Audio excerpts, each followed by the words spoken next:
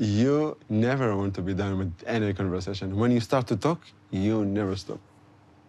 You're the most cute when you're mute, I'll be honest with you. No, Nicola, no. Look, I know you haven't dated a woman in 16 years, but that wasn't cool to say then, and it's not cool now. It's important for me to show to Meisha that I am the man. A woman cannot control a man. I just want relaxation from Meisha.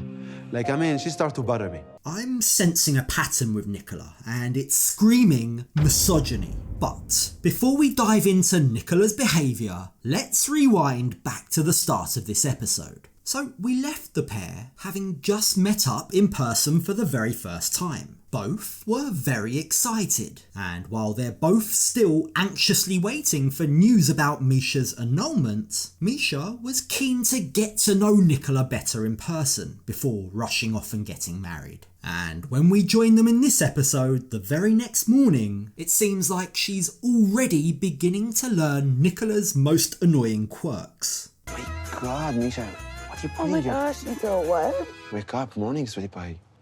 You sleep so deep. Oh, I'm so tired. Just let her sleep, Nicola. There's no need to wake her up at 7:45 a.m. We're talking about someone who's jet-lagged. Remember, Israel is 8 hours ahead of Minnesota, so Meisha's body thinks it's midnight right now. He could have at least given her a few more hours, but we're already beginning to see the challenges that these guys are going to face. It's not going to be easy for them to adapt to one another's habits. So now I need to steam iron, and then I have to find jewelry, and then... So I'm going to put my pants now, Meisha.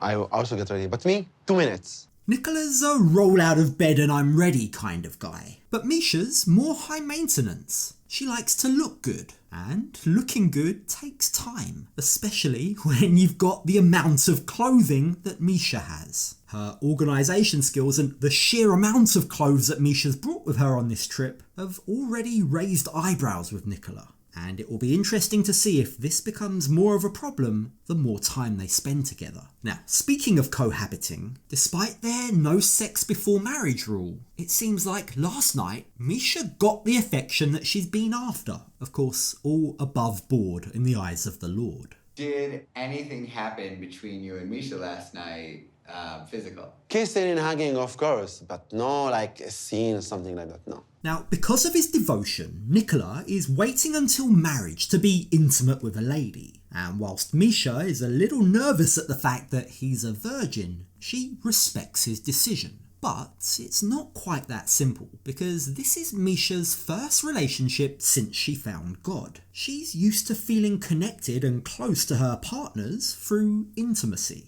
And after her first celibate night with Nicola, she's already feeling a gap between them. Like, it feels weird, like there's like this, not a disconnect, but like, how do you close that gap? I think just checking in and making sure that, like, how can we even be more affectionate? Meisha's already expressed the fact that she's a very affectionate person. In fact, she needs affection constantly in order to feel loved. But Nicola, well, he's not that way at all. He's only had one girlfriend in his entire life, and because of this, he's obviously not in the habit of being affectionate. In fact, he's already said that Meisha asks too much of him. كل نهار بدياني اكون بالتليفون واذا ولا برد عليها بتتعصبن. هي بتحبك كثير معناته. انا عارف بس بتتصيد. Meisha want my hand to be in her hand 24 hours. Like she wanted glue I put in my hand. I mean, I cannot do that. So I just keep telling her, okay, I will improve, and let's see what will happen. Ah yes, avoiding the problem. That always works, doesn't it? Yeah, it's already clear that Nicola's showing his lack of experience in relationships with the naive idea that a problem will just go away if you ignore it for long enough. Of course, we all know from watching this show that that's never the case. And there's no doubt in my mind that this codependency problem is going to crop back up in the future. But for now, Nicola wants to take Meisha around Nazareth to show her all of the holy sites. You come to see the important places. I'm here because of you, first and foremost. So meeting your mom and your family is actually of utmost importance to me. That seems fair, doesn't it? Meeting his mum and his family? It's not exactly a big ask, is it? Especially considering he lives with his mum. So what's the problem here, Nicola? Nicola? أكيد أمي مش رح يعجبها ميشا عشان هيك ولا بحكي لأمي وأمي جننتني مين هاي البنت؟ مين هاي البنت؟ My mom, she think I'm talking with some woman, but she don't know that this woman is real. Just think she's a friend. I did know that Nicola was waiting to tell his mother about me because his mother is a very traditional Arabic woman. So Nicola's mum is apparently going to have a problem with Meisha because of her age, the fact she's divorced, and the fact she's not a virgin. But the thing is, with their plans to get married in the near future, it's crazy that Nicola thinks he can go through with it without telling his mum. Is this yet another example of him ignoring problems in the hope that they'll just magically disappear? I know why you're dreaming to meet my mom. It's like you're going to get married with my mom. It's very important. That's why. We can wait, Misha. We can wait. Nicola sounds like a 15-year-old boy with that response. He's one step away from singing Meisha and my mum sitting in a tree. This trip for Meisha was supposed to be about building a physical relationship with Nicola. It was supposed to be about clearing up any loose ends before they got married. She thought that she was going to meet his whole family, but now he's telling her they know nothing about her. You haven't told them that No. I'm here in Israel? No. Do they know that I exist even? No, they know. The small one know, Okay, Misha. thanks be to God, they know I exist. The small Okay. know that I'm talking to you. So another one does not even know I exist. You can absolutely understand Meisha's shock. The pair have been talking for over 7 years. She's been fully open, fully transparent with her family and her children about Nicola. It's only fair that she expected the same from him. Is he ashamed of her? Is he ashamed of his family, maybe? Remember, Nicola has told us that no one in his family is religious. His grandmother was a nun, but now he's the only person in his family that maintains their religious devotion. Either way, whether that's the reason or not, look closely at Nicola's facial expressions. He seems to be getting a little mad at this line of questioning from Meisha. And they're not so important for our relationship. Let's be honest with you. Like my brother, let's say my brother will see you. Nicola, don't marry Misha. Do you think he might say that though? Maybe. I don't know. Now, Nicola knows that his family won't approve of Meisha, and that is why he's put off telling them for as long as he has. But now that she's in Israel, he knows he can't avoid it any longer. So he agrees to call his brothers tomorrow and let them know, possibly even arrange a meetup. But it seems like Nicola can't have a serious conversation without feeling the need to make a joke and make light of the situation. I'm going to put big sign now in Nazareth that you exist. No, honestly, like, is everything a joke? Like, everything No. that I say? No, because it's not.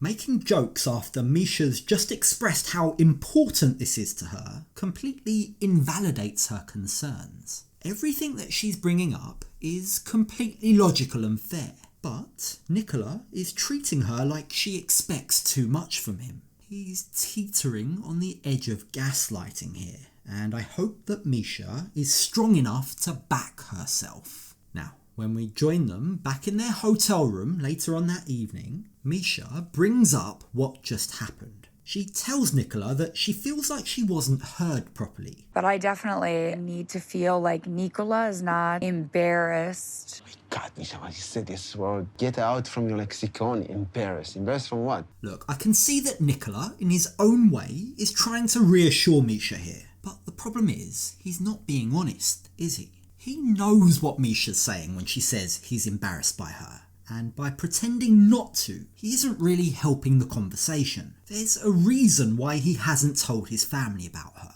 And whatever that reason is, he needs to openly be able to talk about it. Because without talking about it, they won't be able to overcome it together as a team. But instead, Nicola just starts joking again. About my mom and my brother. I mean, that's a drama. I think you should go sleep, Misha.